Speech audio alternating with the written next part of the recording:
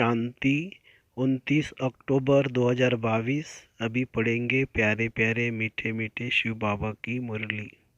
मीठे बच्चे, हीरा जैसा जीवन बनाने वाले बाप को बहुत खुशी खुशी से याद करो तो जंक निकल जाएंगी। प्रश्न, माला का दाना कौन बनेंगे, उसका पुरुषार्थ क्या है? उत्तर, माला का दाना वही बनेंगे जिससे अंत में कुछ भी याद न पड़े। ऐसे बच्चे जो कर्मातीत अवस्था को पाएंगे वही माला का दाना बनेंगे। कोई बहुत धनवान है, अनेक कारखाने आदि है, तो वह सब भूलना पड़े, किसी में भी ममत्व न रहे, मेरा मेरा न हो, यह सब बस यह भाई आत्मा है, यही रूहानी कनेक्शन है और कोई कनेक्शन नहीं। ऐसे रूहानी कनेक्शन रखने वाले सब कुछ भूलने वाले बच्चे ही माला में आ सकते हैं। ओम शांति। रूहानी बाप रूहानी बच्चों को समझाते यह तो जरूर पक्का निश्चय हो गया होगा कि हम आत्मा है और परमात्मा बाप के बच्चे हैं, तो सभी ब्रदर्स ही है। ब्रदर को बाप ने डायरेक्शन दिया कि मुझ पतित पावन बाप को याद करो, तो याद करते हो या बुद्धि का योग कहा और जगह भटकता है। माया भटकाएगी जरूर, न चाहते हुए भी तुम्हारी बुद्धि कहाँ न कहाँ भागती रहेगी।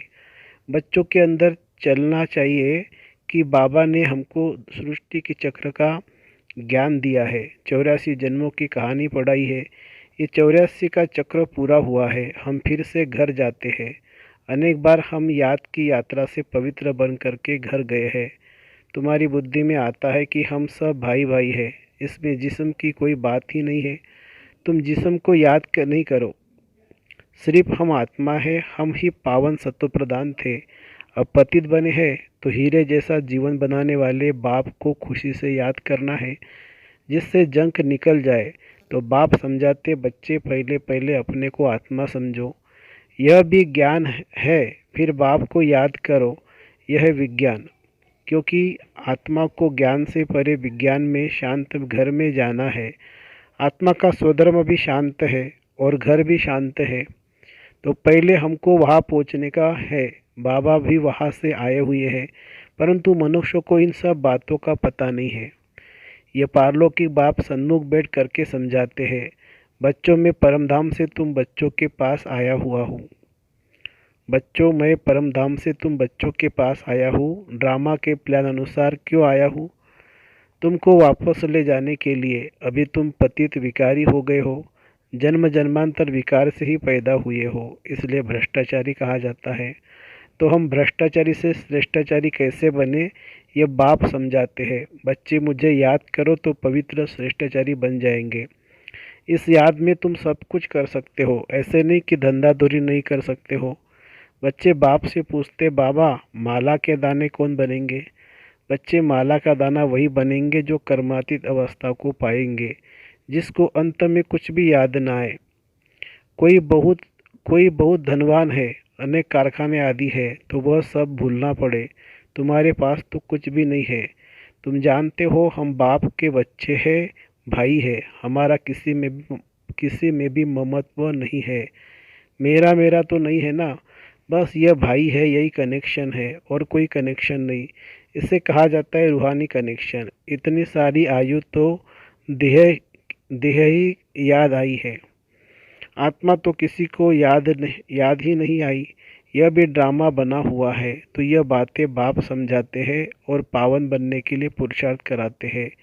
बाबा, तुम बच्चों को टाइम तो देते हैं, सिर्फ 8 घंटा मुझे याद करो, वह है हद की सर्विस, यह है सारे वर्ल्ड की सर्विस। जरूर खाएंगे पिएंगे सोएंगे घूमेंगे, सारा दिन कोई तो सारा दिन कोई याद भी नहीं कर सकते। तुम बरोबर अभी बेहद की सर्विस करते हो। जैसे बाप विचार सागर मंथन करते हैं, ऐसे तुम बच्चों को भी मंथन करना सिखलाते हैं। करण करावनहार है करण करावनहार है ना, तो तुमको करके सिखलाते हैं। पुरुषार्थ करते करते तुम्हारी विजयी माला बन जाएगी। सतयुग त्रेता में जो भी आते हैं वे विजयी होते हैं। फिर सब एक्टर्स इस नाटक में पार्ट बजाने के लिए नंबरवार आते हैं। सब इकट्ठे तो नहीं आ जाते हैं। तुम सभी एक्टर्स के रहने का स्थान ब्रह्मलोक है, वहाँ से यहाँ आकर के शरीर लेते हो। यह सब बातें बहुत सहज है। जो तुम बच्चों को ही याद रहती है। तुम्हारा घर स्वीट होम साइलेंस होम है। तुम्हारा कोई भी अपने घर को नहीं जानता है। वह तो कह देते हैं हम लीन हो जाएंगे। जैसे सागर से बुदबुदा निकलता है फिर उसी में समा जाता है, ऐसे हम भी उस ब्रह्म में लीन हो जाते हैं। फिर कह देते हैं जहाँ देखो वह ब्रह्म ही ब्रह्म है। वो ब्रह्म को ईश्वर समझते हैं, इसलिए तुम्हारी बातें उनकी बुद्धि में बैठती नहीं है। तुम उनको उल्टा समझेंगे, वो तुमको उल्टा समझेंगे, क्योंकि उनका धर्म ही अपना है। परंतु तुम जानते हो सभी आत्माएं शांति धाम में जरूर जाएगी। बाकी हर एक को अपना अपना पार्ट मिला हुआ है। इसको ही इसको ही तो वंडर कहते हैं। तुम बच्चे अभी कितना महीनता में जाते हो। आत्मा कितनी छोटी है, कैसे पार्ट बजाती है। तो यह ज्ञान जैसे बाप के पास है, वह ज्ञान का सागर है, ऐसे तुम बच्चों के पास भी है। तुम अभी ऐसे ज्ञानवान बनते बनते जाते हो। वह भक्तिवान, तुम हो ज्ञानवान। भक्तिवान माना रात के रहने वाले और ज्ञानवान माना दिन के रहने वाले। आधा कल्प तुम सुखधाम में रहते हो, आधा कल्प दुखधाम में रहते हो। इसको कहा जाता है दूरांदेशी। तुम्हारी बुद्धि अभी बहुत दूर दूर जाती है। हम आत्मा स्वीट होम ब्रह्मांड के रहने वाले हैं। बाप इस मनुष्य सृष्टि का बीज रूप है, क्योंकि वह नॉलेजफुल है। उनको झाड़ की नॉलेज है। तुम अभी शरीर का भान मिटाने के लिए अपने को आत्मा समझते हो। दूसरी कोई भी चीज़ याद ना आए, पूरा आत्माभिमानी बन जाना है। मैं आत्मा हूँ, मैं आत्मा हूँ, मेरे पास कुछ है ही नहीं जो आत्मा को याद पड़े। गाया जाता है अंतकाल जो सिमरे, तो अगर कोई भी चीज़ होगी तो ज़रूर वह याद आएगी। ये विचार करने की बात है। अगर कुछ भी है, कोई मित्र संबंधी आदि भी है, तो याद आएगा ज़रूर। तुमने तो अपना सब कुछ शिव बाबा को दे दिया, फिर ऐसे नहीं समझो कि यह मेरी चीज़ है। जब बाबा को दे दिया फिर तुमको याद ही क्यों आए। तुम भूल जाओ। अगर वह याद पड़ता रहता है तो वह भी पिछाड़ी में नुकसान कर देगा। अभी तुमको यह सब नई नई बातें मिलती है। पुरानी कोई भी चीज़ तुम्हारे पास नहीं है। जैसे पुरानी चीज़ें सब करनी गौर को दे देते हैं, ऐसे तुम अपना सब कुछ दे देते हो। फिर याद नहीं आनी चाहिए, बस यही याद रहे कि मैं भाई आत्मा हूँ, बाबा का बच्चा हूँ। मेरे पास कुछ भी है नहीं, शरीर भी नहीं है। फिर नई दुनिया में सब नई चीज़ें मिलेगी। वहाँ तो हीरे जवाहरात के महलों में जाएंगे। तो वह भविष्य की बात हुई। बाबा पूछते हैं बच्चे तुम क्या बनेंगे। तो बच्चे कहते हैं बाबा हम तो नारायण बनेंगे।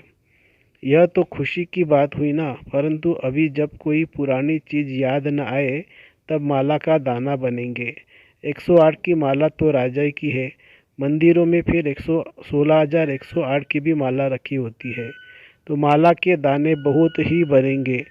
जितना जल्दी आएंगे उतना सुख पाएंगे। जो पीछे आते हैं उनको इतना सुख नहीं पाया है। उनके लिए थोड़ा टाइम सुख है तो दुख भी कम ही पाएंगे। तो बाबा कहते हैं बच्चे यह ख्याल रखो कि पिछाड़ी में कुछ भी याद ना आए। जो अर्पण किया हुआ है वह भी याद नहीं आना चाहिए।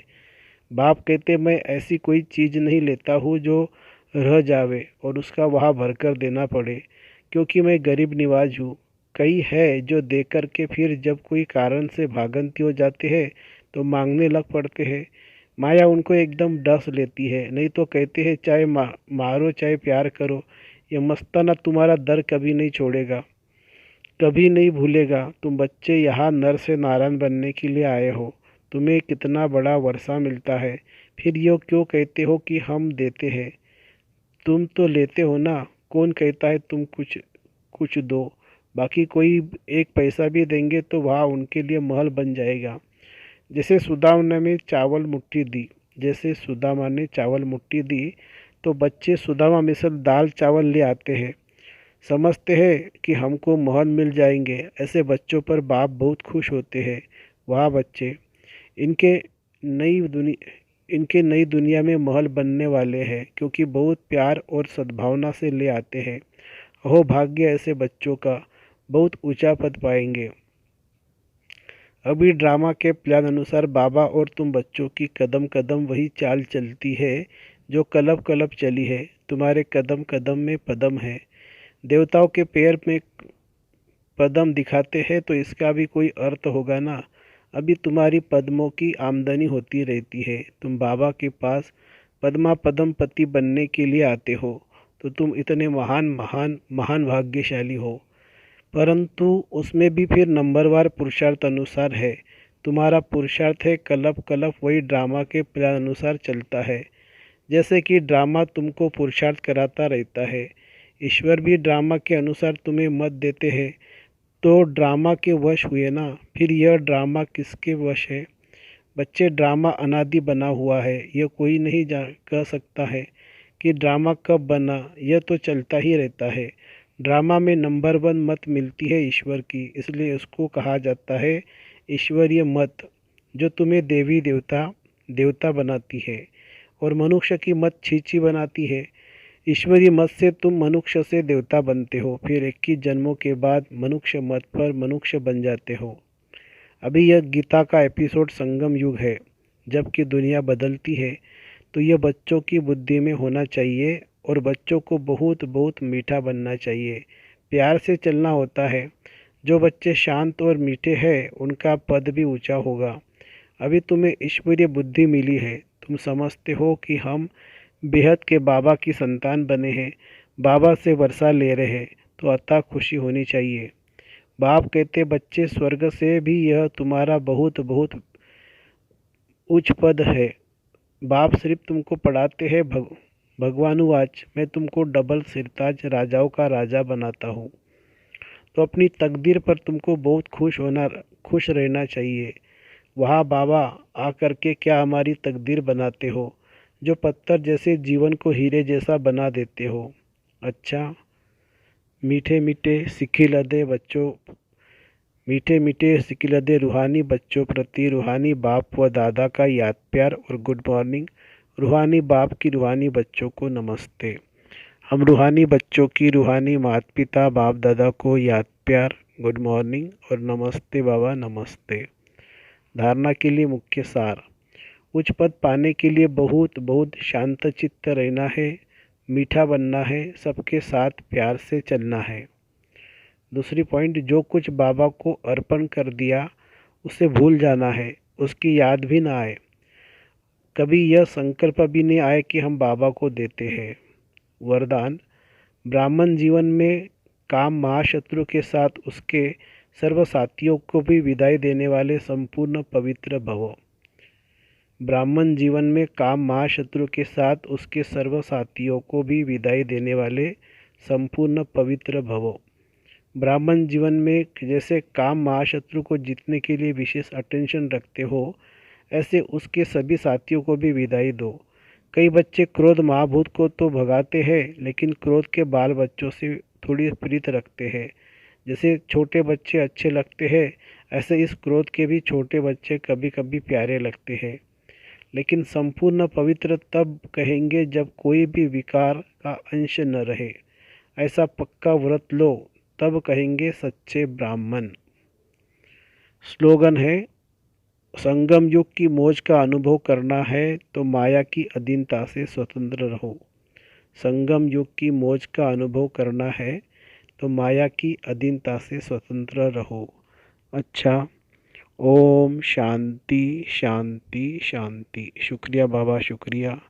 Thank you Baba, thank you.